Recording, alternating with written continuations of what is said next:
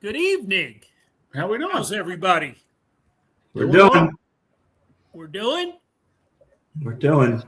Everybody doing okay? Doing very well. Everybody getting through their hacking and coughing and colds and Maybe. snow in Reading, frigid temperatures in Reading, Very cold. very cold. Anyway, Yeah. it was a decent day today. It got up to, I don't know, 47, did I hear? 47 degrees. Yeah, it was balmy. A balmy 47 degrees. Okay. None of us are meteorologists or weather people, nor do we care. Did you get what you get? We got rain right at the moment. Yeah. We're as accurate as the forecasters are. We got rain. Yeah, it took me over an hour to get home from Havertown Oh. to Glen Mills. It was That's the it was worst. horrible. Horrible. It's the worst. Horrible, horrible, horrible. But I did have I was able to catch the live press conference of Kyle Schwarber, but which we'll dig into in a little bit here. But I was just made aware prior to the show when we were going over all of our talk. This could be our last show for the year. I mean, hard to believe, right? Breaking news. Is that We have- considered breaking news? Well, Yeah, no, news. Oh, okay. Live show next Wednesday. Right. Last, We got last, then we last got show at round table. yeah. Then we got Christmas Eve and New Year's Eve. I mean, we all got big plans. You know what I mean? So, yeah, this could be it. Anthony, don't look so damn happy. Holy cow! Well, what do you want me to say? Nothing. No. Say whatever you want. I don't have anything to say. It's all weird. Thanksgiving holiday felt weird, and this one feels like it's coming quick too. I feel like it's. Where did the year go? I Yeah. don't know. It just Where did the feels year like go? Time's going very quickly. Yeah. I'm So still anyway, eating leftovers from Thanksgiving and Christmas is here in 2 weeks. Yeah. Hmm. I'm not, but I'm just I saying. think those leftovers need to get thrown out. Yeah, if it just feels like it though. You know, it just feels like you just Yep. finished eating. Yeah, we turkey threw dinner. ours away the other day. Yeah, Yeah. but yeah. it's Anyway. crazy. All right. How's our fantasy world doing? It's going well. Except I'm dropping back a little bit. I'm not happy about it in the stand-in. So, you know, but we got our football contest is going. We got a really good matchup here in the fantasy football coming down to the last couple of weeks here before we hit the playoff schedule. So It's 5 weeks, John. yeah, I know, but I mean we only got It's not a couple. well, we got 3 more weeks, 15, 16, and 17, because we don't do week 18 for the regular season, and then you go in and then you're into the playoffs. You know, then we get this playoff schedule, so it's winding down. You know, for the first half or the first part of it, the contest, and I mean that's a pretty tight lineup. You know, for the top 20 teams right there, which is pretty good to see. Can you put that back up for a sec? Yeah. Just scanning the board for an O'Brien, but I don't see her. Oh, Jen's not doing well this year. How about the other lady O'Brien? Oh, Mama Pat, she's on the other leaderboard. She moved up a couple spots. She's not in dead last anymore. She's starting to float back up a little bit. So I think she's like maybe 5th from the bottom, if I remember correctly. So All right. yeah, she's not too happy. She's crying in her Cheerios right at the moment. But so All right. she's not a happy camper. Sorry, Mrs. O'Brien. Yeah, Carl, this will be the one that gets you a little happier. The basketball one. You and Jen are battling it out there at the top. And Look at that.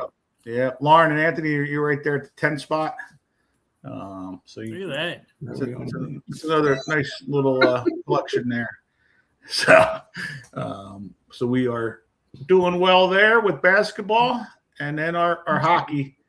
We got a new leaderboard. We got a new leader. William Zolnick is the leader now in the hockey lead right now after 8 weeks. And then I think Lauren, you guys are 11th, Lauren and Anthony. So, so you guys are doing well. Carl, I think you're next to last. You're with Mama Pat. I got hit with the injury bug. Yeah, you told Mama Pat to hold your beer, and I'll take over the bottom spot for you.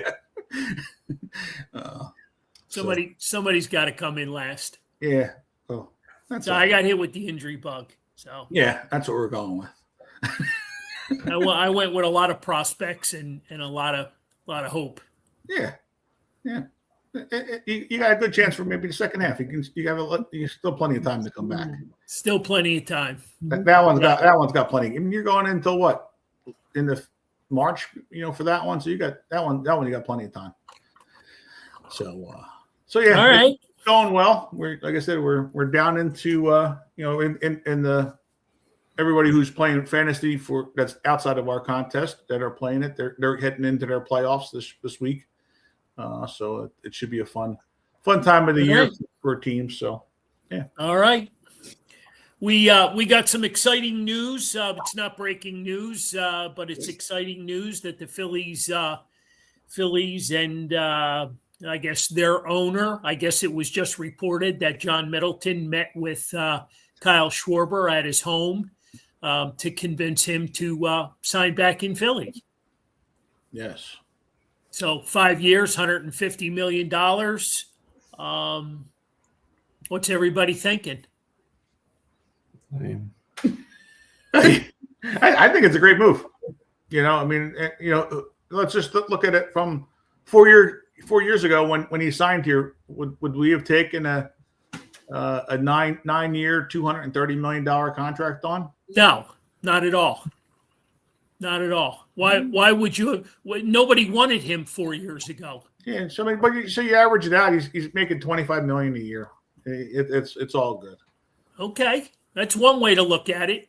Yeah. He also averaged over 50 home runs for the 4 years that he was here. Exactly. So it was it was a cheap ass contract, to be honest with you.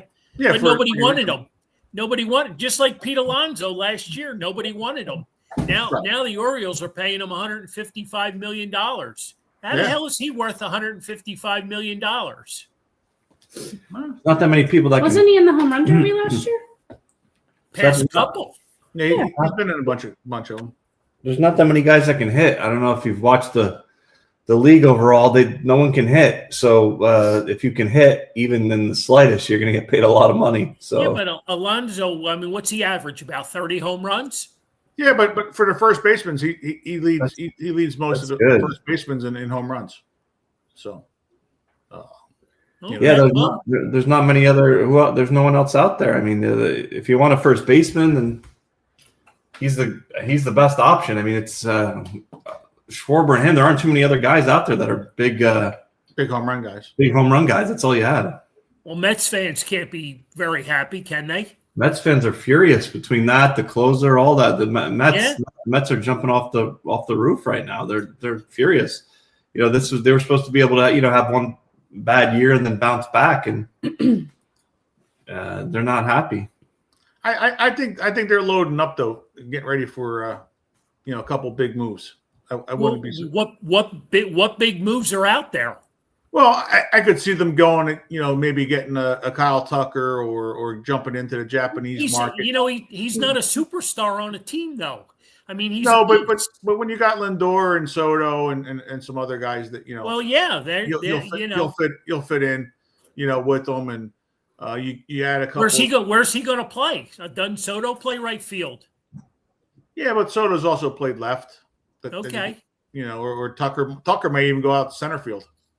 Yeah, I mean, didn't the Mets just trade one of their fan favorite guys? Nimmo. I mean, the fans loved him too. Man, we're a Philly sports show and we're talking New York Mets. How crazy is this? Oh yeah, but I'm just saying that I think they're not going to not do anything. They got the Japanese market. I think they might jump into it because saw a report that one of the Japanese guys wants to play on the East Coast, which you don't hear too often. Well, they all can't go to LA, can they? Well, they're all trying. they're all trying, but I think like the Jacksonville Jaguars, when they go out and play over in London, I think the Dodgers are going to move to Japan for half of their games or so. So let's get back to the Phillies with Kyle Schwarber and his big deal. What do you think the next big signing should be or could be for them? Probably got to be JT. Right. Get him locked up. So you have your catcher spot locked up because there is no other catcher, that the Phillies have. You got going back with Marchand and Stubbs, that they have, at the moment. And Stubbs has got the 2-way contract like he had last year. And so I think if you get JT locked up, because that way, if you're not able to get JT locked up, then that might transition your thoughts into Adley Rutschman, like you had talked about before, trading him with last year, Baltimore, and so you can figure that option out because you don't before you lose out on that kind of option, to miss out on Adley Rutschman if that was your other fallback. I think the Phillies, their first priority was to get Kyle re-signed and then figure out the next move, which I think is the obvious move because apparently they've made an offer to him, and I guess he's just trying to, just weigh his options. Right. Yeah, that was the last I saw right before coming on here, that they had made an offer to him. So, well, it's interesting if you look last night and you saw when they signed Schwarber and some of these comments that people are making. It's fascinating, man. You can't. There's fan base is just very interesting because people are not necessarily thrilled. The majority of people are right. You got to get Schwarber, but then everyone's like, okay, we're doing the exact same thing that we've done. I think it's too early to say that because you just got Schwarber back. But if you get Schwarber back, you get JT back, you start signing all these guys back. It's the same team that you had that's lost all these years. Now you can't just let them go because people will be upset at that.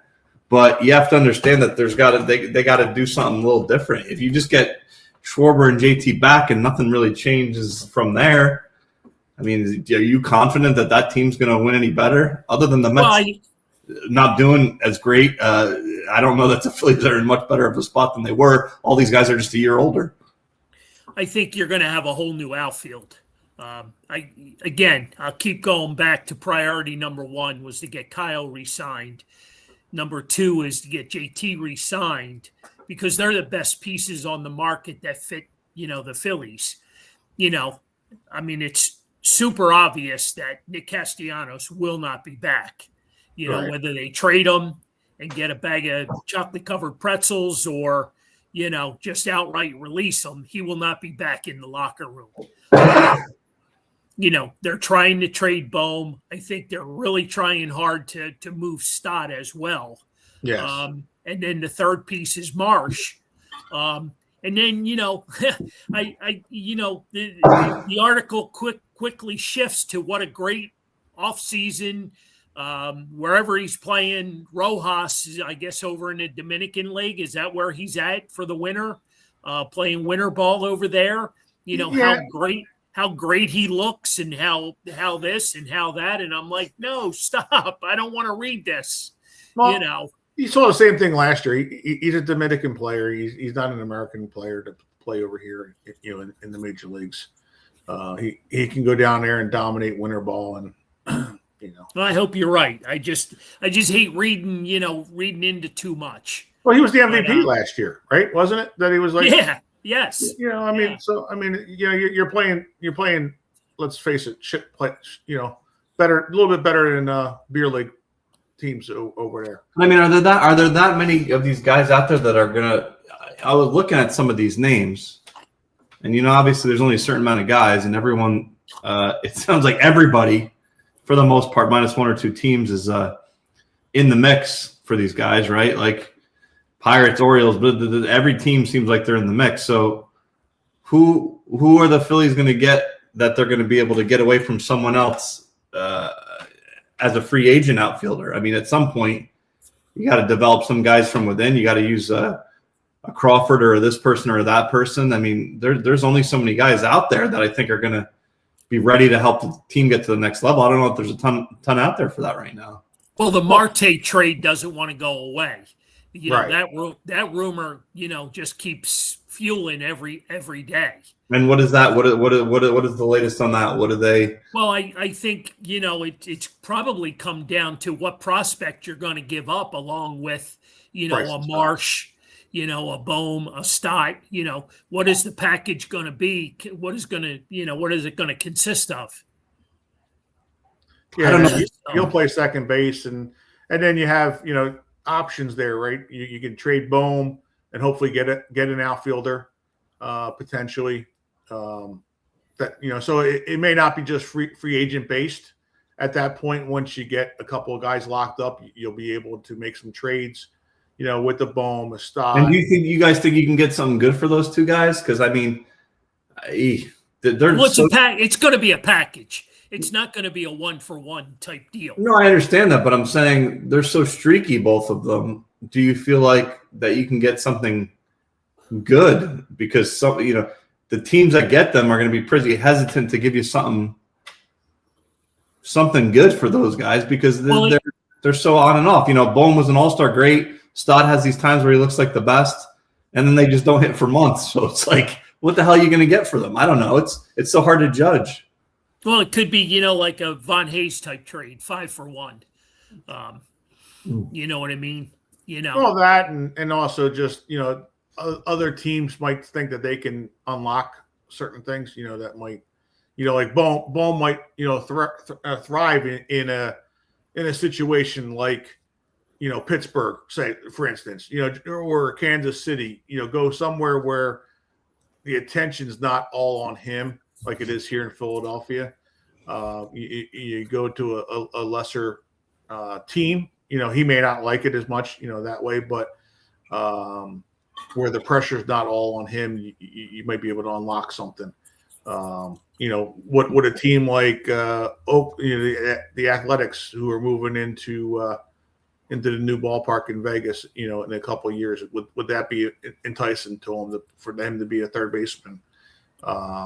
And you think anyone in your outfield is capable of being a starter at this point? Well, you're hoping that Crawford's going to be the one guy, right? Is what we're hoping, unless he might be a part of a package. Who knows? I hope not. I hope not. I mean, you want to give him a chance, but yeah, you got to have a player that how many years now has he been?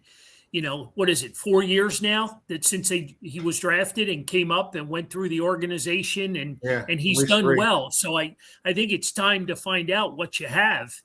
If he doesn't play, he's going to want to be traded. I'm going to tell you this: you don't want this being a Scott Kingery type situation. I agree. He's got to play.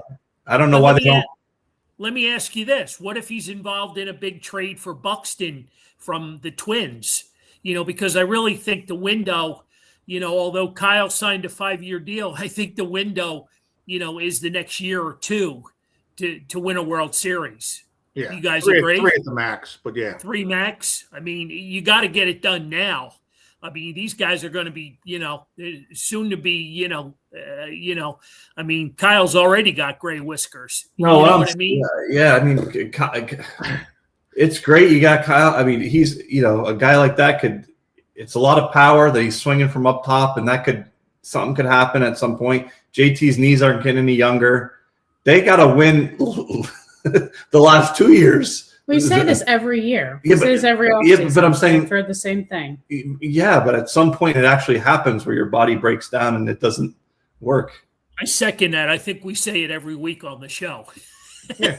Oh yeah. Well, no, I mean, but you try, and the Guardians might be a good match for Crawford. You could trade Crawford in with a Stephen Kwan trade, because they're kind of similar type of players, but the Guardians are going to have to pay Kwan, and they may not want to pay him and they could get a younger guy that's under control. I mean, that would be a nice piece to get, along with, Cattell Marte, to play second base and, have a little bit of pop, be a switch hitter for Marte, and, and then have Stephen Kwan, that's a contact guy who's done it at the major league level that we know, has done it. I mean, we're all hoping that Crawford can do it at the major league level. Do you really think Cleveland would give up on Kwan? I mean, they're a top team every year. They are, but they do it with a lot of young guys too. Yeah, I know, but didn't they just pay Kwan like a year ago? No, he's still in his contract, his rookie contract type of thing. So I thought they re-signed him. No, he was only a rookie for maybe 2 years now. Like second or third year, going into his third year probably. Okay. So I think where he might be needing to get paid shortly. So if you can get another guy similar, that could potentially. Well, I mean, you're talking about two really big pieces. And I don't know that you have enough trade to make both of those deals. So, you're going to have to. What's that? I don't know. I mean, if you're putting stock in the Marte deal and a Crawford in with the Kwan deal as starters, there's other pieces that you can put in there that you can do. It'd be more of an issue as far as money. Maybe more of an issue. To me, I have Justin Crawford and Andrew Painter as untouchables. I think both of them have to be on the major league team next year, especially if you're going to lose Ranger. You got to have a solid 6-man rotation next year, and Painter's got to be part of that. So to me, those two guys are untouchable. Yeah. So. Yeah, well, like I said, we'll see. I mean, I still have my like we've always talked. I have my questions about Painter. Well, yeah, I know, but he's never been given a shot at the major league level. So how are you going to give up on him already? Well, if you can get something better, I mean, they got to win right now. So again, he's not been at the major league level, and they need to win right now. So the last thing you need is them ready in 3 years from now, and then they're useless. You know what I mean? Like. And a 6+ ERA at AAA. Yeah, if you could move him right now based on the fact that he's got this, Kwan and people think that he's good, you better just make sure you get the right person for him. Exactly. So who's better in the organization that's not going to cost you an arm and a leg? Because you're not re-signing Ranger. You know what I mean? And what's your depth look like in starting pitching at the minor league level? So. If you're taking a page out of the Dodgers book, on how to win, you need to have 6 starters.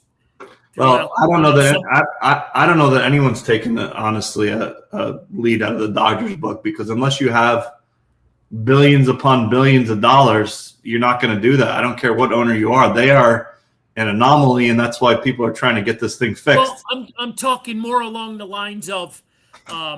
What it takes. I'm not talking about the payroll. I'm talking about, like the bullpen guy will go back into the starting rotation. That's why they went out and signed Diaz. You know what I mean? So, they gain another starter, which they really need, but he was always a starting pitcher. Who am I talking about, John? What's his name? Well, you got Roki Sioki. Yeah, he was the closer, but he was the closer for the he was injured.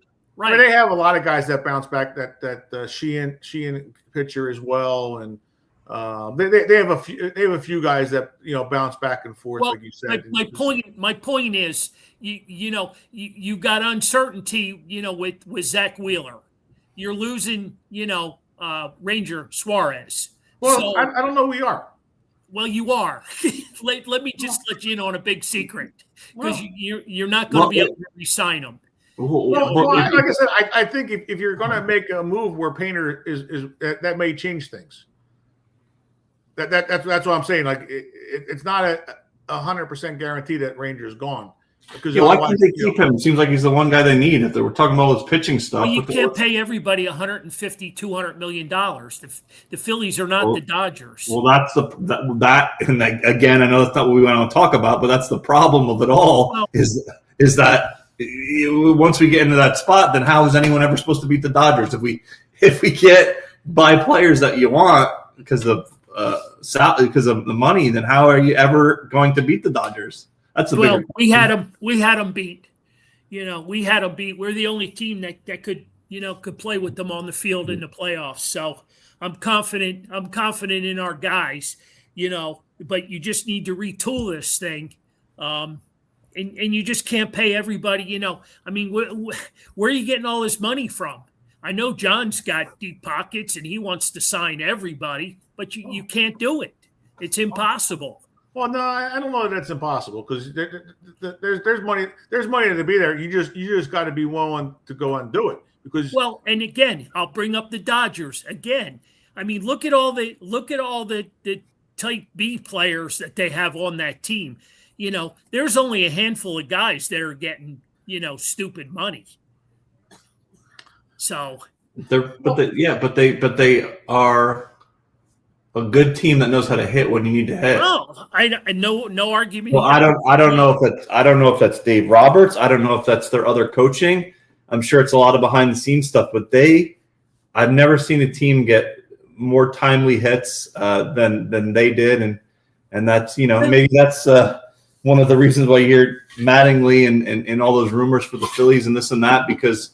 You need a guy. Yeah, the whole hot stove thing. You need a guy like that. The Phillies need a little shake up somehow. You can't go out with the exact same thing. Something's got to be shaken up. Yeah. Oh yeah. I mean, I'm totally with you. But that's why, like I said. I mean, again, we're still. This is year 7 that we've been talking about this with Bryce Harper. I mean, ever since he's been here, if you're going to go in, you got to go all in. You can't. You don't have the prospects. In 7 years, we still haven't developed prospects that can be doing what we're asking them, to do. I mean, the best we got was Stott and Bohm, nice players, but they're not the guys that take you over the top when it comes to the pressure time. Well, that's the problem is that's really been the Phillies' problem of a very, very, very long time. Exactly. If you look back, like some rosters on AA, AAA, it seems that there's always a guy, and you got to hope that one guy comes through. So that becomes the real problem. If you're not drafting properly or you're not doing that properly, then the only way to compete with the Dodgers is to pay for people, and you can't afford to pay for people. So it's imperative that you get the best out of your guys. And I don't know that the Phillies have the most productive of systems currently. So I don't know what they're going to do. I don't know. Well, that's exactly like I said. You got to go all in, and then figure out a way, like Anthony was saying, get that minor league system figured out that you can keep producing these guys because, like we were saying, you got like a 3-year window. That's about it. And there's no, there's nobody that's down in the minor leagues that's a can't miss prospect that we know of. Yeah, I mean, I would say I wouldn't say there's one person in the minor league. Miller might be good, but I mean he struggled at AA to start the season, and then came on and had a good second half. I don't think there's one personal guy in the system that I would say is untradeable. If it's going to help you win right now, because you have to win right now. All right, I got a trade in my back pocket. This might perk some interest for somebody on the show here. But how about if you re-sign Rhys Hoskins to come back to Philly to play first base? Are you going to convince? The showstopper to move to right field? He's already said that he would do it. Not a showstopper. He said he will do it. He said he'll do it. He's also wouldn't move earlier, so I don't know if he's going to do it. Yeah. Well, I think the handwriting's on the wall. You know what I mean? I think I don't think it's happening. I don't. No. I mean, as much as I like Rhys, it's not something that you're going to do at this point unless just because it's not. Yeah, I just don't see it happening. Unfortunately, as much as I like Reese, I just don't think that's the move that you're going to be able to make right now. It takes care of a couple of spots. It puts Reese, back at first base, fan favorite. You know what I mean? Right in the middle of that lineup that you desperately need. And, the showman goes back out to right field. I mean, he's got to be healthy by now. No? I mean, No. how many throws? He's not healthy? I don't know. He's moving blood from one leg to the other. I don't know what the hell he's doing. I don't think it was his leg. It's his whole body. He's something, man. He is absolutely something. I don't think he's healthy. That's why his elbows, gotten so much wear and tear, from swings and stuff like that. He's been dealing with that all the time, and now you're going to throw him out in the outfield to throw. Not that he throws 100 times a game or not, but you're still going to have to make some throws. And I don't think you're ever going to see him at first base, or in the outfield. I mean, eventually after Schwarber's done with his 5-year contract, then Harper will be the DH at that point for the final 2 years of his career. You know how they always talk about pitchers, how many injuries there are now when the old school pitchers are on a video or something. They say these guys have so many injuries now because they're thrown out of their shoes, and you could be way better if you didn't throw so hard and you threw mixed up pitches. He's sort of that same way as a batter. Yeah, he's swinging out of his shoes every time. That's not good for your arms long term. And I'm sure he's had shoulder and elbow problems because he's every time swinging for a home run, and he's not that big of a guy. He's not Mo Vaughn. He's not Cecil Fielder. You can't swing like that. Yeah. I don't know, man. Bader's an option, as well, to be in the outfield. It's just a matter of, what they're going to do with with all these guys. Like is a Crawford going to be coming up, or is he going to be part of a trade? Or is Castellanos going to be here? Or not. I mean, you said, all the writing on the wall looks like he's gone, which, it's just a matter of. Has there been a peep about him in any rumors? Because I hear all these other guys. I don't really hear his name coming up. So what are they doing? I heard he's the next big star in Pittsburgh.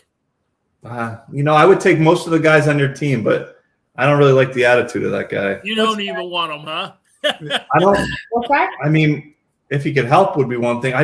Castellanos. I don't like his attitude. I don't like how he talks to reporters. I don't like. I don't like him. He was on MLB Network the other day saying that I guess trying to sell his goods, and said that he would play first base if a team asked him to. So where it wasn't just as an outfielder, he'd be willing to play at first base. So I don't know that he was saying that so he could play first base here with the Phillies, and then you put Harper in the outfield, but yeah, I don't know.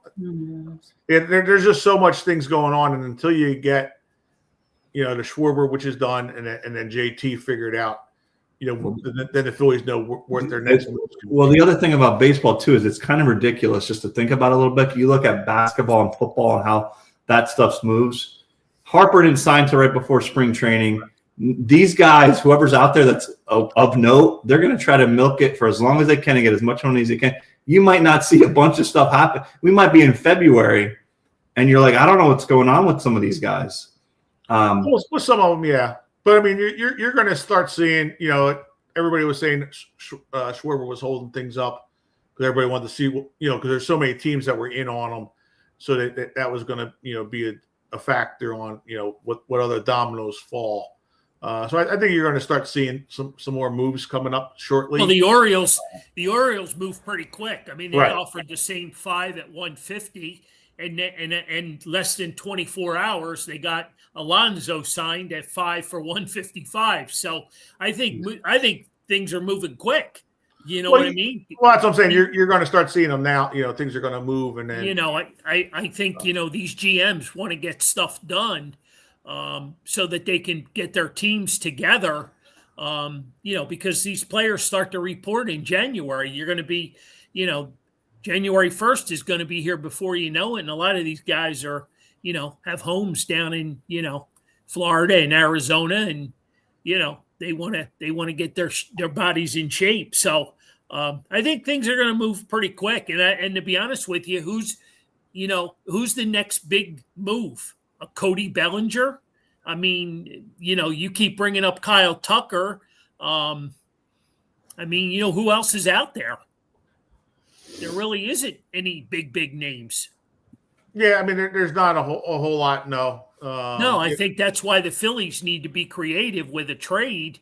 Bobichet's the other big one, but seems like he's going to be a guy. I mean, I would love to have him to play third base if you can't do like. Well, you want everybody. You want all the free agents. If you can't get it, well, of course. I mean, but you can't get them all.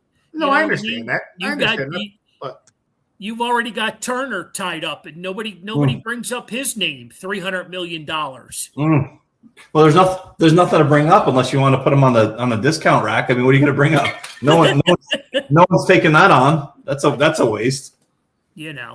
I just think the Phillies really need to be creative.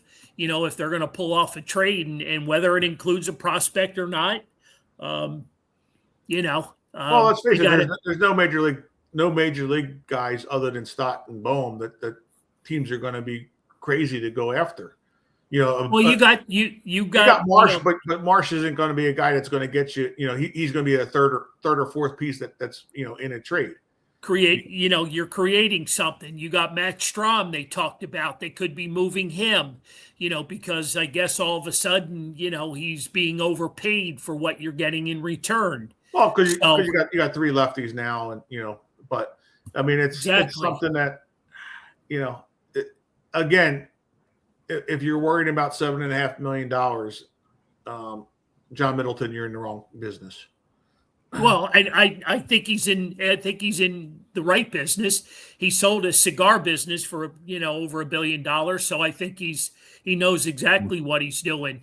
The Dodgers, who we always seem to run up against. Look at the Mets. Look at their payroll versus what they're doing.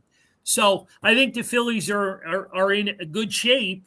They just need to be creative, and get a couple of pieces, retool that outfield, and they're going to be okay. I really do. I mean, you take Justin Crawford and put him in center field. Is he not better than anything that we've seen out there in the last 4 or 5 years? Unfortunately, we don't know that answer. We hope he is. I don't know because they haven't given him a minute to play, so we don't know if he can hit it. I mean, he's been batting over 300 in AAA. I know, but that's a different world. They got to let him play though. Here's the thing: you're going to let him play and see how it goes, or you got to get rid of him now for something so you can win. Because again, you got to win now. I guess it's going to come back to what that something is that you're going to get back. But I got to be in his corner and think that he's going to be pretty darn good out there. So well. I think a lot of it, what comes back to is, he's still batting 364, right? Or 340, 340 something. But if he's got so much ground ball action, that balls get through, if he's getting 1 or 2 extra hits a week, based off of that, and he doesn't get that at the major league level, he might be a 240 hitter, versus a 340 hitter. And with not much power. So is that going to be much better than what Brandon Marsh gives you? So where did you just pull that from? Like what? How did you go from 340 to 240? Well, if you take 2 hits off him for 25 weeks, that's 50 hits a year. He's gonna drop that far. So you've just turned him into a pile of sludge. I think that's what the Phillies are afraid of, is because he's not. Because that's what they always keep coming back to. He's got 68% ground ball rate. So those balls are getting through. And then at AAA, AA, he's getting base hits. So his average is up there. But if you come to the major league level, those hits aren't going to be there as consistently as they are at the major league level. So they're thinking that, okay, well, yeah, he's got a nice 340 batting average, but he's not going to have that at the major league level. is that worth Okay. I mean, having a I get your point now. I got you. I just, and we don't know that though, right? Because I think we're overthinking this. You know what I mean? I think we're overthinking this, and you rolled analytics into the conversation that that he's going to be a different type player in the major leagues than he is in AAA. I think that's what they're afraid of, because otherwise, why isn't he up here? Well, right? because they were all tied into all these other outfielders, and they were afraid to get rid of them. Yeah, but they had opportunities because of injuries that he could have come up, and then he never did. So, and I think that they're afraid that he's going to get exposed that way, where if he's able to be part of a trade ship, people may not, see him being exposed and think that he might be able to do something. I don't know. I'm just guessing. Well, and I'm just, you hang on to Rojas, and he's your backup plan. Yeah, no, Rojas doesn't. I mean, but you got it. Like I said, I don't mind. I don't mind that thing of maybe getting Buxton as part of having him as part of the trade or. All right. Well, we're gonna see, because in the next day or two, according to our friend Todd Zalecki, it sounds like the Phillies are ready to pull the trigger on a JT contract. So I think at that point, then you see where the chips fall for how the outfield's going to align next year. Well, exactly. I mean, that's what'll happen. You'll see a lot of things and a lot but of they things. have to through all of this, they have to get younger as well. You can't keep adding these 35-year-old players to your roster, because it just what are you going to go through, a 10-year spell of not being competitive? I mean, it's just that's not going to be good for the fans. Well, let's put it this way: could you see having a team for 3 to 4 years that is older right now, and then worry about your fixing the well, as long as you system. with that conversation being said, as long as you guarantee me a World Series, yeah, I could I need a World Series. I can't be rolling this thing back again. Well, the problem with baseball, again, there's one team that's going to win, and it's not like the other sports where you can get a couple draft picks and you're ready to go. Right. It's going to be 10 years. For some teams, 40 or 50 years, unfortunately. But 10 years, if you don't win right now, it very well could be 10 years, because you got to draft and do all that stuff properly. And so that's the reality of it. You have to win in the next year or so.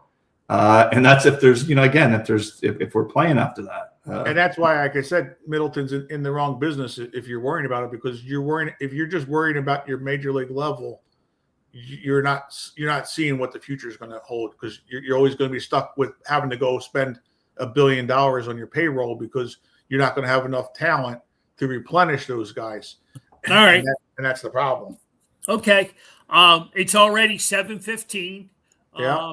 And it's time to roll out the John's rant, if you have one. If you don't have it, that's fine too. It's entirely up to you. We'll make it optional.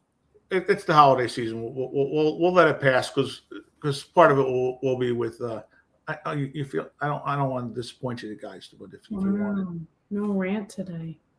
But I mean, Sue kind of has the thing of talking about the Eagles, and that's where part of the rant will be. So, all right, we'll kind of get part of the rant going in there as well. All right. Well, so we have no John's rant, so we'll move on to Lauren. You got a bad voice. I hate to do this to you. It's all right. I'm ready. You ready? Yeah, I've been ready. Let's do it. All right. So, in the spirit of Christmas, since this is our last Facebook Live show, 2-part question. What is your favorite Christmas movie? And if you had to get rid of one of these movies, are you picking Christmas Vacation, A Christmas Story, Elf, or Home Alone? You have to get rid of one of those. But then separately, what is your favorite one? And your favorite one doesn't have to be one of those 4. Your favorite can be any movie at all. You have to pick one to get rid of: Christmas Vacation, Christmas Story, Elf, or Home Alone.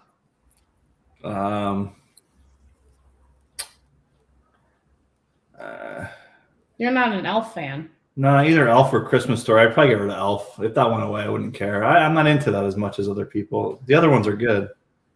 Yeah, I would say Elf, and my favorite was The Christmas Story. Your favorite is Christmas Story? Yeah. Okay.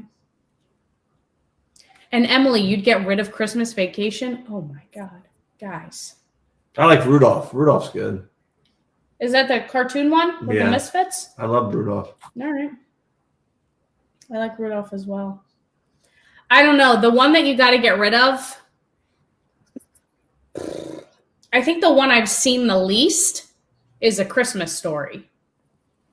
So because of that, I probably would go with that one. But I do realize that's an icon. Elf's one of those movies where it just there's thing after thing, and I don't laugh at any of them, and everyone else is laughing. Well, that's because you're lame. It's just dumb. Is there any new Christmas movies out? Because I feel like Yeah. New? Yeah. No. There's Nothing no new. Mm-mm. No, I mean, there's like new dumb ones that they'll put on like Netflix and stuff, but nothing that's like, no, all those ones are like iconic. Sorry, late again. Polar Express. Is that your favorite, Joe, is Polar Express? That's a good one. My favorite is probably the Santa Claus, the one with Tim Allen when he falls off. That's a good one. Yeah, that's a newer one. Because that's of all the ones. Yeah, of all the ones. That's a good one. I do like that, but from my generation, it's that's why I think The Christmas Story comes up more. Okay. More. Yeah. But because there is a lot of newer movies that are out there like that. Yeah. Yep. So I mean they're nice, but they're just unfortunately wasn't my generation, I guess, for the stories. I must be the elephant in the room because I can't get through a whole movie. So You can't get through a whole in general. yeah, the Christmas movie. Oh, I get bored. Oh, You get bored, but you love Christmas other than like Santa himself.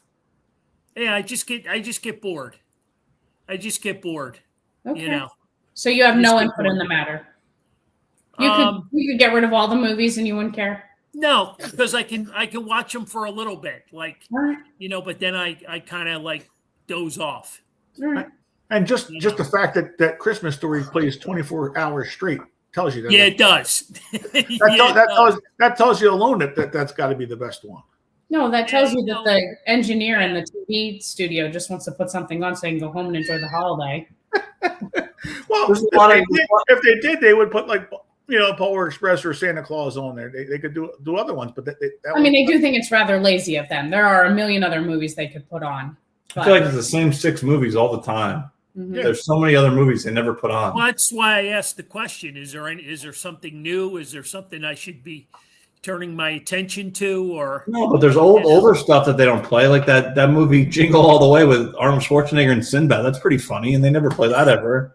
They never play any of those movies. There's a lot of those other movies like Rudolph that they made with the claymation that they don't show very much anymore. What about Frosty?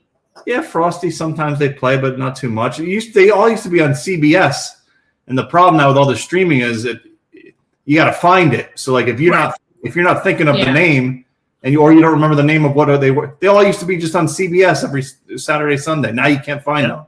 Yep. We do. I've probably seen Home Alone and Home Alone 2 more in the last 3 weeks than I've probably seen my whole lifetime. Because every time I turn on the TV, that's what's on.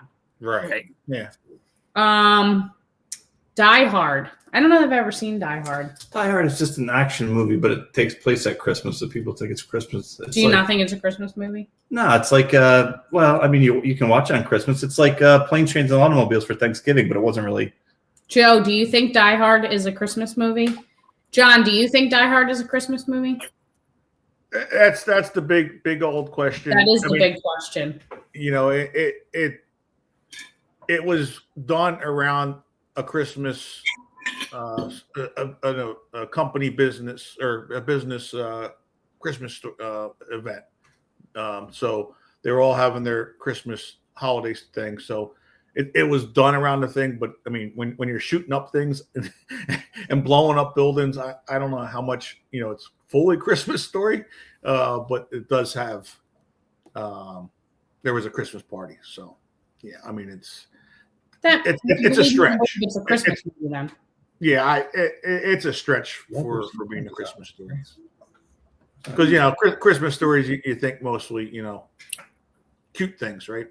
For the most part, the Rudolph. Well, it's Santa Claus, it's kids, it's right? It's reindeer, it's exactly. I mean, some of these movies are so far fetched, like the Hallmark movies Mom has on repeat. Oh my God. I have to go in the other room. I'm just wiped. No wonder I'm wiped out. Mm-hmm. There was one on that I had the other night because I just couldn't find anything else to watch. And Anthony's like, wow, they must be running out of plot lines because this story There's only one plot. Oh yeah, there's only one plot. But this was like a guy was helping with a school play so that he could get himself in front of the one girl's mother who was a Broadway, You're missing it. This guy was like an adult. Yeah. And this was a kid's play. Yeah. And the one lady's mom was a Broadway whatever. So he wanted to make his name out there. So instead of casting a kid, he casted himself in a middle school play. It's the dumbest thing I've ever heard of. It was, yeah. All right. That's what I got for you. Yeah. I mean, they're all the same, like you said, Carl. For the most part. Good. It's all good. Let's not lose the fact that our live show next Wednesday is with Todd Zalecki and Jim Salisbury. It'll be a Christmas themed party. Yes. For our last live show at Buffalo Wild Wings. So we're looking forward to that. For the year. What's that? For the year. For the for the 2025 season. But so looking forward to it. But like I said to Lauren, maybe we'll do a little, live check-in, just to wish everybody, a Merry Christmas or a Happy New Year, the next couple of weeks. Yeah. So we'll see where we're at, what we're doing. But moving along, I'm going to throw this whole segment over to John. Because this is his baby, and I'm going to let him address it however he decides he wants to address it. But as Lauren said, or Susan Henderson said some few minutes ago about the elephant in the room, that the team that has lost 3 straight games. So Take it away, John. All right. Here we go. I'll throw this up there because this will be part of it, going in there. But this team has serious problems right now. You got to win 3 out of the next 4 games, or else you don't make the playoffs. And yes, that's right. You won't make the playoffs because there's a good chance that the Cowboys could run the table. And if they run the table and we don't win 3 out of 4, then we're out of the playoffs. And that'll be a bad thing. Starting out the way we were, 10 weeks into the season, we thought, we were cruising, that the division was over, and then we had this collapse. AJ and Jalen, actions are starting to take over. We do have the bunny's gone. The positivity bunny is gone. It's been removed from the locker room. So we don't even have that anymore. Even though that was the win, we didn't win from it. This defense is playing as great as it is, and we can't do anything, offensively. They tried to change it up a little bit with Nick, changing things up, and all we got was turnover hurts, turning over the ball all over the place, and like you were talking about earlier, right before the show started. Yeah, it was a beautiful pass right down into the goal line there and in the end zone. And unfortunately, A.J. Brown didn't come down with it. And we could have been talking about a win, even in it, as ugly as it was. We could have been talking about a win. So, yeah, there's just a lot of things going on. And this offense is not making things look good, and I hope they can turn things around this week against the Raiders. And they're a 12-point favorite, and I don't know if that's a good thing or not. So I don't know what you think, but we'll see. Well, I see where you went with this, and you certainly don't waver, with the Jalen Hurts, Nick Sirianni, love fest. But they win that game if A.J. Brown catches two passes, and they win that football game. And I think the direction of, all the turnovers by Jalen, they were there. They were obvious. You know what I mean? But on the flip side of that, Jalen Brown or A.J. Brown catches two of those balls, and we're not having this conversation tonight. So we win the game, but is that it's still a problem though? I'm not here to discuss problems in the clubhouse because I'm not there. So I don't know what the problems really are. All I know is that there's a lot of outside noise that's starting to creep in from one Shady McCoy, who's an Eagles Hall of Famer, threatening Jeffrey Lurie if he doesn't fire, Kevin Patullo, he wants to be taken out of the Eagles Hall of Fame. I mean, why do you put yourself out there on that stage? You know what I mean? What's that? Yeah, you're right, because they can. I just, there's just so many pieces to this whole. I called it drama a couple of weeks ago. Completely. You know what I mean? And it just doesn't want to seem to go away. How do they get mad at? Obviously, the offense is struggling. How do they get mad at that coach? What do you want him to do? Does he have 9,000 turnovers? Can he not run down the football field? Does he miss the catches? Enough. Okay, maybe he doesn't make the best play calls sometimes, but there's no reason they should have lost all those games if there's not something wrong that we don't know about. A.J. Brown does not run after. I've been hearing week after week after week after week. Eventually he's going to do it. He's going to do it. He doesn't. Maybe he doesn't have time. He doesn't run down the field. It doesn't look the same. He doesn't look confident like he used to do. But you can't blame that coach. Yeah, he might have some bad play calls, but he's not giving up the ball 100 times. He's not missing all the catches. What the hell do you want him to do? No. Yeah, it's it's a bad the locker room definitely has become divided. There's no ifs, ands, or buts about that. Well, and you also, not to get into it because no one wants to hear this, but if you just won last year, I don't know that you necessarily have it in you as much as you did the year before. Like you say you're doing really, really well. You're doing really well. Everything's good. Yeah, of course you want to win again. But a little setback 2-3 games in a row, then it might get into your head, we just won last year. What the hell's the difference? I don't think that's always been the mindset because they were running pretty good for a bit. But now that it's crept in, I think that's in the brain. Like, well, can we be done soon? I don't know. To get to the point where you have to win 3 games in a row, that's not good. Well, a lot of things. John laid it out, as the obvious. A lot of things have to happen, for the Eagles not to make the playoffs. And, if all of that happens, that's enough, that's being very unlucky. You know what I mean? That the Cowboys would have to win out, right? And the Eagles have to, would lose 3 of their next 4, but there's other moving parts, to make that happen as well. Oh, so, of course. The Eagles lose. So it's not just as easy as Eagles losses and Cowboy wins. You know what I mean? So, well, but those last 4 games are all outdoor cold weather games that the Eagles so far this year haven't played well against. We've been playing outdoors for how many weeks now? Come on. And we've lost, and we haven't played good in 5 weeks. Well, I'm surprised you narrowed it to 5 weeks and not 5 years. You know what I mean? Because I'm just going off of the recent time right now. We haven't. I just think this and in 2 of those 5 weeks we won games, but the Packers and the Lions games we won, but they were ugly. Low scoring games. We haven't scored over 21 points is one time in the last 5 weeks. you're not gonna. You can't keep having your defense bail you out week after week after Well, week.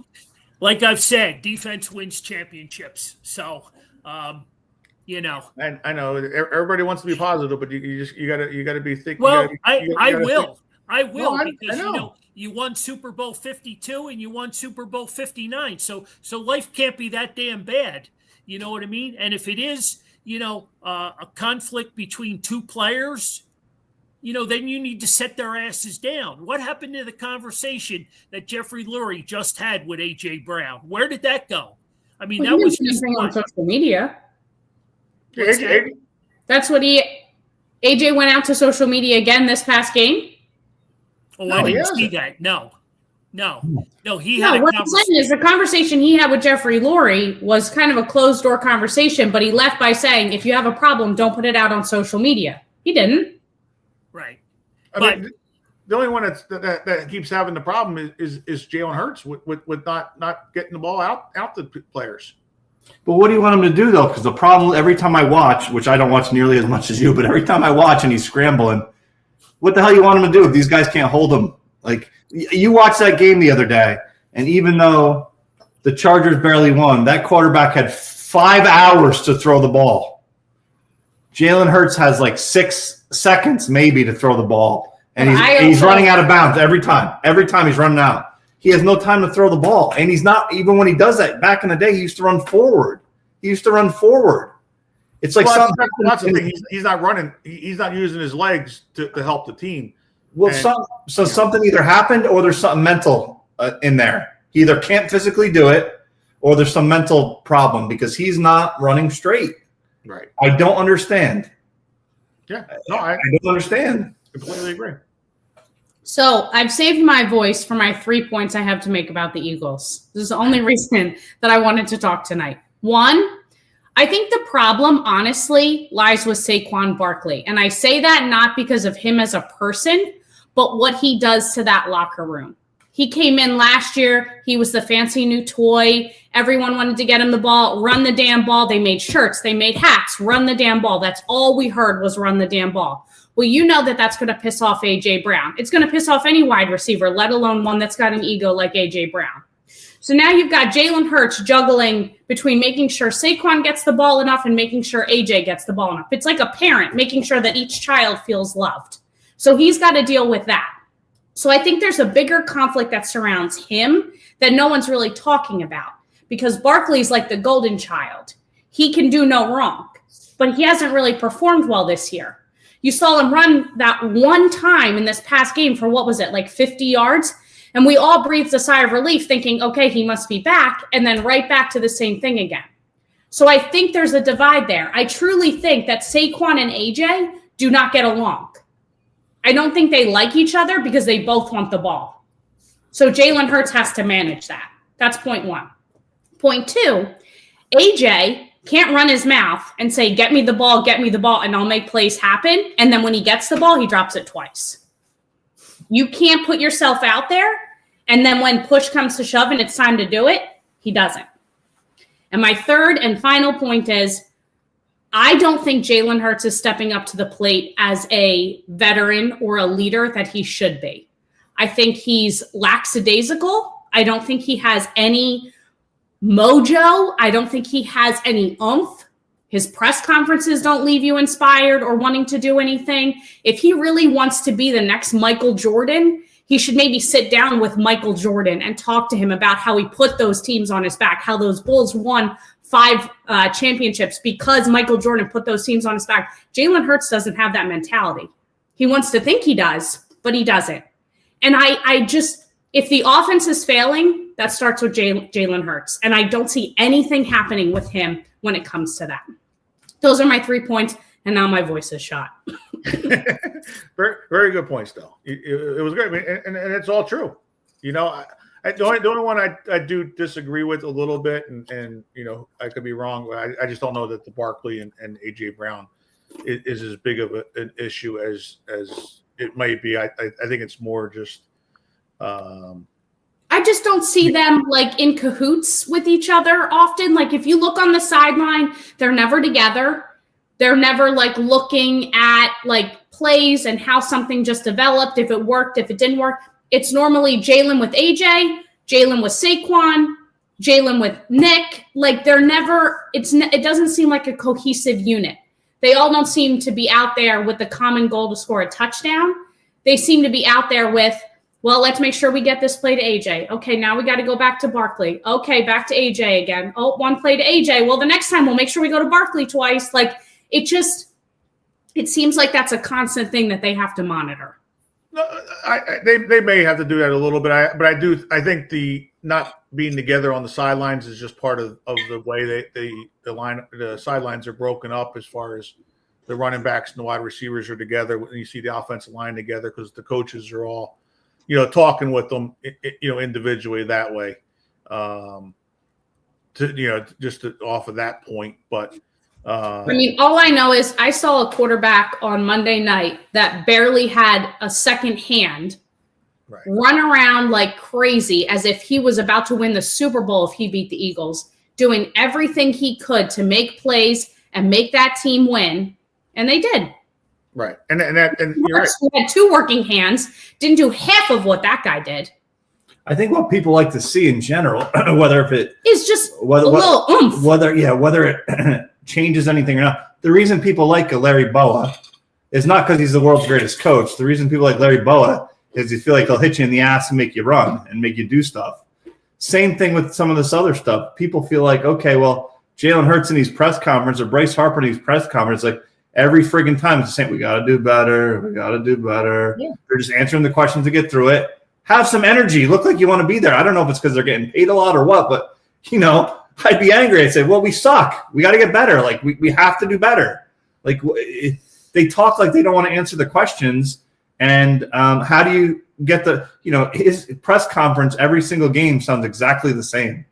No oomph. He doesn't care. If you care, show it a little bit more. Yeah. No, you're right. And that's why I do think it's the bigger issue is Hurts and Sirianni. Sirianni doesn't have the control of the team. Yeah, but you keep forgetting that he just won Super Bowl 59 and Hurts was the MVP. I mean, where did that all go? Where did just help me out here? Help this old guy understand what just happened. Okay, I will. I'll explain it because everybody wants to talk about how Jalen Hurts was so great in the Super Bowl. The defense didn't let the Chiefs. No, time out. I'm going to interrupt you. The Eagles put up 44 points in that Super Bowl. 44-22. 40 to 22. 40 to 22. Thank you. 40. So don't give me that bullshit. Okay, but let me finish. The defense scored 7 of them off the pick 6 for Get Cooper to your point. Come on, because the show's over, and right. Get to your point. Come on. But Jalen Hurts wasn't like the superhero. Johnny was the MVP of the Super Bowl. Carl, if you were the quarterback of the team, you would have been the Super Bowl MVP because that's what I disagree with you. Because they always give it to the MVP. The Super Bowl MVP is always the quarterback of the winning team. That's the way it is. Unless it's a very bad game and Devin Hester or somebody that changes the way that things go, 99% of the time it's the quarterback of the winning team. It doesn't matter what they do. Yes, he had a good game, but he wasn't the reason why they won that game. They also seem to have, obviously, back then it was up to the Super Bowl championship year. You feel like he had more time to pass. He had more time to move. I feel like every time I see him now, he's on the run. So I can't put all that blame on him. That line is either banged up or that needs to be fixed because how the hell is he supposed to win if he's got no time? If he immediately gets the ball and someone's on him, what would you like him to do? Well, the Chargers got sacked. Their quarterback that was just all world that everybody was talking about. He got sacked 7 times in that game. So he didn't have much time himself. Sure. And Jalen Hurts only got sacked once. You got to get Jalen's got to be running the ball as well. Teams win when offensive lines aren't bad. Do they win the Super Bowl? No. And yes, the offensive line is banged up completely. You got Lane Johnson's out. Cam Jurgens is hurt. Dickerson's in and out of the lineup a lot. So you got Steen that's a guy there. There's a lot of other issues. Yes, I understand that, but that's when your quarterback's got to take the lead and be able to do things. And they gave him more control and more passing plays yesterday's game, and he turned the ball over. I mean, it's just reality. I rest my case. A.J. Brown had 2 passes to catch, and he didn't catch them. I know. So he alligator armed one of them too. So you seem to leave out the other points of what happened in that game. Yeah, the alligator arm was because he had to go back because the ball was behind him slightly. He slowed up. Yeah. Okay. But it's been told about other people. Yes, the touchdown pass that was a great pass by Jalen Hurts. He put it right there. The defender grabbed his arm. Okay, I mean it happens, but that was a great pass. He had that great pass. The pass to Devontae Smith at 3rd and 16. That was another great pass by Jalen Hurts that we haven't seen, a lot. But that was a great pass. It's not that I don't give him credit, but he's not all world. Well, you factor in, what Lauren talked about, and we've all seen it with Saquon Barkley. This offensive line is nowhere near what it was last year at all. You go up and down that line. You know what I mean? Beckham left. You replaced him with some scrub named Steens. You know what I mean? He's not half the player that Becton was. You know what I mean? So, you lost a ton. Kelsey retired. You threw Cam Jurgens in there. Cam Jurgens can't hold the jock strap. You know what I mean? He's garbage. Garbage. They don't put Hurts under center, and I think half the problem is Jurgens, as the center. So we can discuss this offensive line that's garbage. Absolute garbage. Why are these guys jumping off sides, man in motion, covering up a receiver? I mean, it's been one problem after another. You can give all the bullshit about Jalen Hurts, and most of it's warranted. I don't disagree, but that offensive line is total garbage since what we had a year ago. Total garbage. I've said that. Total garbage. Like Anthony said, nobody can run up against that line. I mean, you got guy. I mean, there's Freddie Johnson. He's laughing all the way to the bank now. You know what I mean? He can't. I mean, he's like just standing there letting guys run around them. So I thought we liked Fred Johnson. We do. He's a great person. He's a horrible offensive lineman. Why do you think he got traded back to Philly? Because they didn't want him either. Damn. So, you want to put all the blame on Jalen Hurts. You better do a little bit more homework on that offensive line. Receivers that don't catch the goddamn ball. Dallas Goedert, you gave all that money to. He hasn't done a goddamn thing. Nothing. They don't throw him the ball. They don't throw him the ball. When he throws it to him, he doesn't catch it. But he caught everything last week. I'm talking about the whole season. I'm talking about all the games. He catches everything that's thrown to him. Dave Kilgore said they're still going to be in the Super Bowl. Okay. My whole point about Jalen is, yes, there's other issues with the offense, but as the leader of the offense, exactly, he takes the blame.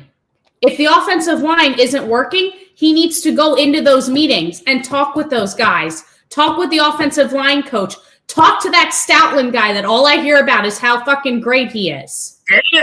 Yeah. But none of that happened. So that's why I'm saying, yes, Jalen isn't the same as he was because of the offensive line. I get that. But you need to take control of the offense. You can't just take control when it's working. Can I make one? That's pointless. Can I make one little quick point? Sometimes, go ahead. Sometimes, listen, they just won a Super Bowl. Let's not forget that. I know. I'm so tired of hearing that, though. But listen, I'd be happy with that. They don't want to say that. So I mean, I'd be happy with one championship at some point. But anyway, so listen, of course, guys are going to get banged up. Of course, you're not going to have the same Super Bowl team every year. Of course, stuff's going to change. The chances of people winning multiple times in a row are extremely rare.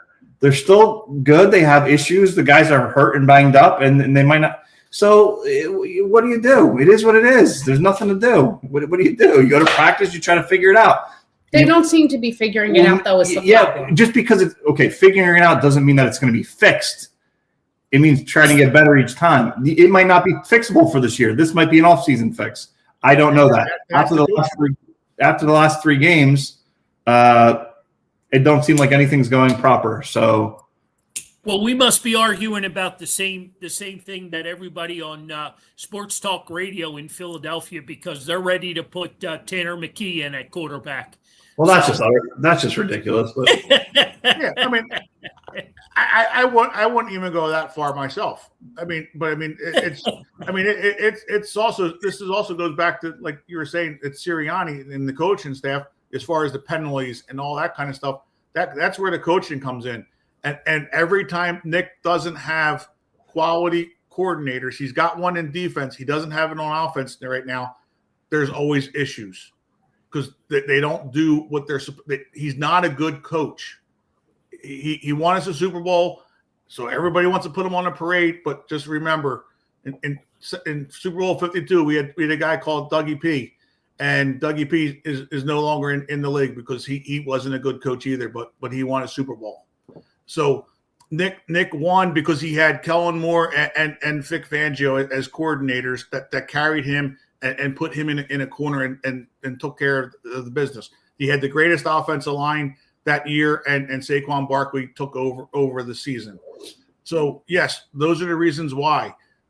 You once you put Jalen Hurts out there to be the guy, to be a passer, to save the team, he can't do it. It's just proven. And it's not just this one game. It's throughout this whole year. He can't throw much to win. He's got legs to run. The Jalen Hurts show is over. We're an hour and 17 minutes in. So so we're early yet. We're good. We're good. Lauren's lost her voice. She got second win. She was going. I'm good. done screaming about a guy that I don't even like. So I know you don't even like Hurts, and you're still saying. Well, because I'm not throwing him under the bus like you are. You know what I mean? Because I think these problems are so much bigger, than what's going on. So I'll leave it at that. We'll be live next week at Buffalo Wild Wings. We got a great baseball show coming up. Yes. Hopefully we'll be talking maybe another free agency signing in Philly, maybe a trade or two. Who knows? Should be a good one, right? Right, Anthony? Yeah, Pirates will make some big moves. We'll be ready to roll. Well, they made a big move today. Pirates. Yeah, they did. They made a move. That was a good move. Gregory Soto. Yeah, he's good. He'll be right. They're trying. Listen, hey, they weren't that. I mean, listen, I know they weren't going to. He was going to go there. They were in on Kyle Schwarber. They're going to be in on JT. They didn't even make the lowest offer. They're hey, that's something. They're trying. What do you want them to do? You got to start somewhere.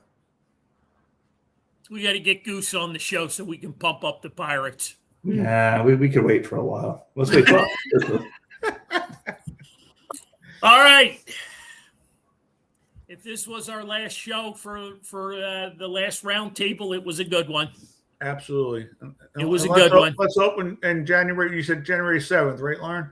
The next? Hopefully in January 7th, we're talking about playoff wins and things are turned around in the next 4 weeks. Bowman stock for Marte. Would you do that, John? Probably not. Yeah, I will. Wow, I'm shocked. Well, the only reason why is because you're not re-signing them. So I mean, unless it depends on because that way you're able to keep a Crawford or an Aiden Miller, and so that means Aiden Miller makes the team then. Possibly. I mean, he may go to AAA for part of the year, and you have. So who's going to start? Well, Sosa would be the starter for a little while. For the first month or two of the season. Now there you go. You're coming back with the same thing where you're taking a bench player to be a starter. That's not good. It's not the ideal thing, but I mean, if you do that, I mean, and if not, then you go out and go get Bo Bichette. I don't know. You tell me. All right. Bo Bichette, and then you have Crawford in the outfield, and Bader, and you're running back with Nick Castellanos, and there you go. Oh, bite your tongue. Stop. If you can add Marte and Bichette to the team, and Nick can't be. Nick's a lot. Nick is a cancer in the locker room. Cancer in the locker room. Yeah, Right. definitely. He could be. Definitely. All right, ladies and gentlemen, boys and girls, have a great rest of your Wednesday. Great rest of the week. Yep. Come out Saturday and see Sam Carducci And Bob the Hound Kelly. And Bob Kelly. Legendary Otto Kemp. There you go. Dave Kilgore, the voice of reason. Yeah. Well, I love Otto Kemp. I think he's a good kid. I don't know if he's an everyday player though, but no, and that's why like I said, you put Sosa out there. Unfortunately, you may burn him out a little bit early in the year. But if Aiden Miller is that guy that they think he's going to be, all right, give him a shot. He's going to be 21 years old. He's 21 years old, and you give him a shot. And let him play and go from there. He's a prospect. You don't like prospects. I don't, but I don't. Bye, guys. See you later. Have a good night, everybody.